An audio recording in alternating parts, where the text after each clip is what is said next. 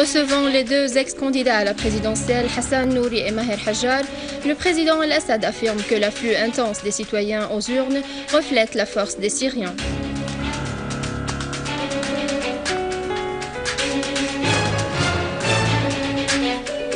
En exécution du décret de l'amnistie, mise en liberté de nombreux prisonniers dont les mains n'ont pas été entachées de sang.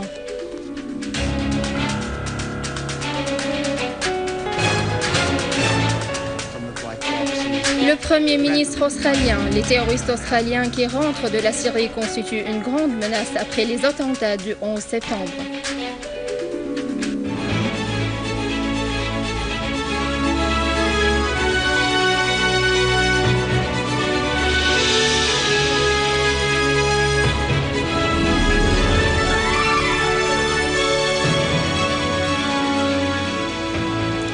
Mesdames et messieurs, bonjour et merci de nous rejoindre. Le président Bachar al-Assad a reçu aujourd'hui Dr Hassan Nouri, ex-candidat à la présidentielle. Dr Nouri a qualifié de transparente et honnête la présidentielle qui avait eu lieu la semaine dernière, assurant qu'elle avait constitué un pas important sur la voie de l'enracinement des principes de la démocratie. Cette présidentielle était pluraliste pour la première fois en Syrie après de longues années, a-t-il dit. De son côté, le président al-Assad a fait savoir que le succès du scrutin présidentiel et l'afflux considérable des citoyens aux urnes avaient mis en relief la force du peuple syrien et son attachement à sa décision libre en dépit des circonstances difficiles et extraordinaires que connaît la Syrie et des tentatives de certains partis à l'extérieur d'imposer leur volonté aux Syriens. Le président al-Assad a remercié Dr Nouri qui l'a félicité pour sa victoire à la présidentielle. Le président Bachar al-Assad a reçu M. Maher Hajjar, ex-candidat à la présidentielle. Lors de la rencontre, Hajjar a assuré que la grande confiance que le peuple syrien avait accordée au président al-Assad pendant la présidentielle confirme sa détermination à aller de l'avant pour lutter contre le terrorisme et rétablir la sécurité et la stabilité en Syrie. Pour sa part, le président al-Assad a indiqué que la présidentielle pluraliste en Syrie avait mis en relief la maturité et la culture des Syriens quant à l'exercice de la démocratie, assurant que le grand triomphant à cette présidentielle était le peuple syrien qui avait fait face à tous les défis et déterminé en toute fermeté et volonté l'avenir de son pays. Le président al-Assad a remercié Hajjar qui l'a félicité pour sa victoire à la présidentielle.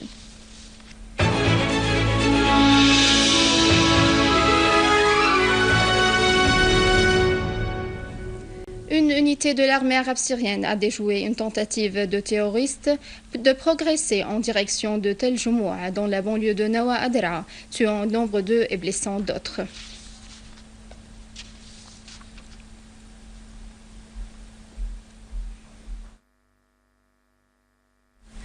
En exécution du décret numéro 22 de l'an 2014, promulgué hier par le président Bachar al-Assad, de nombreux prisonniers dont les mains n'ont pas été entachées de sang ont été libérés de la prison centrale de Hama. Le gouverneur de Hama, Ghassan Khalaf, a espéré que la mise en liberté de ces prisonniers leur offre l'opportunité de revoir leur orientation et de contribuer à la reconstruction de leur patrie. Il a appelé tous les prisonniers libérés à retourner à leur famille et à s'intégrer dans leur société.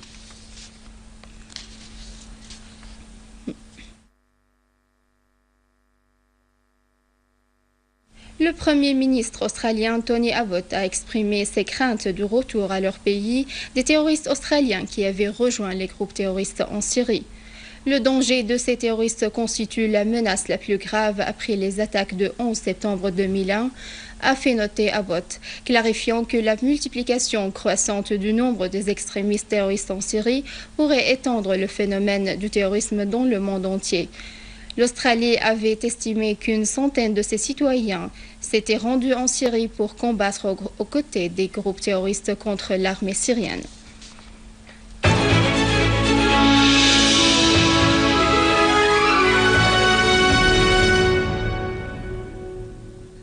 En dépit de la guerre que vivent les Syriens, ils n'ont pas cessé de poursuivre leur vie normale. Les élèves de l'Institut de musique Sulh Wadi ont parachevé un énorme travail tout au long de l'année par une soirée musicale tenue hier au théâtre de l'Institut. Âgés entre 11 et 18 ans, les élèves de l'Institut de musique Sulh El Wadi ont montré leur talent remarquable au piano. Je m'appelle Render Bouli, j'ai 11 ans et je suis actuellement en 3e année à l'Institut. Je voudrais remercier ma maîtresse Svetlana et mes parents qui m'ont soutenue tout au long de l'année. Je m'appelle Julia Al-Akhras et j'ai 11 ans. J'attendais beaucoup ce moment-là pour célébrer mon succès. Je remercie ma maîtresse pour les efforts qu'elle a déployés pour enseigner la musique à tous les élèves de l'Institut. Faisant fi aux dangers quotidiens et aux obus de mortier, les élèves futurs pianistes se rendaient régulièrement à leur institut tout au long de l'année. Nous avons des élèves de différents âges. Nous organisons chaque année une cérémonie musicale pour rendre hommage aux élèves. En dépit de la situation actuelle difficile, nous continuons le travail avec les élèves pour qu'ils deviennent professionnels en musique. J'aime beaucoup jouer de la musique pour exprimer mes sentiments. J'ai déployé tout effort à l'aide de ma maîtresse dans le but de parvenir à ce niveau élevé pour satisfaire les aspirations de mes parents et de mon institut. À noter que l'Institut Sulh El Wadi, qui relève du ministère de la Culture depuis 1961, a été dénommé en 2004 au nom de son fondateur Sulh El Wadi. L'objectif de la création de cet institut était de développer la musique en Syrie et de former de nouveaux musiciens spécialisés dans les différents genres de musique. Certains parmi les diplômés de cet institut ont connu une réputation locale et internationale et jusqu'aujourd'hui, les élèves de l'Institut Sulh El Wadi représentent l'espoir de la vie musicale et culturelle en Syrie.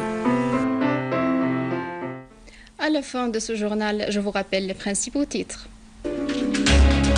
Recevant les deux ex-candidats à la présidentielle, Hassan Nouri et Maher Hajjar, le président Al-Assad affirme que l'afflux intense des citoyens aux urnes reflète la force des Syriens.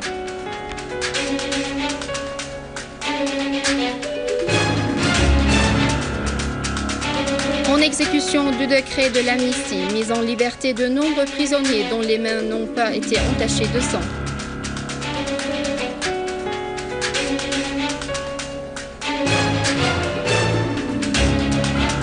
Le Premier ministre australien, les terroristes australiens qui rentrent de la Syrie constituent une grande menace après les attentats du 11 septembre.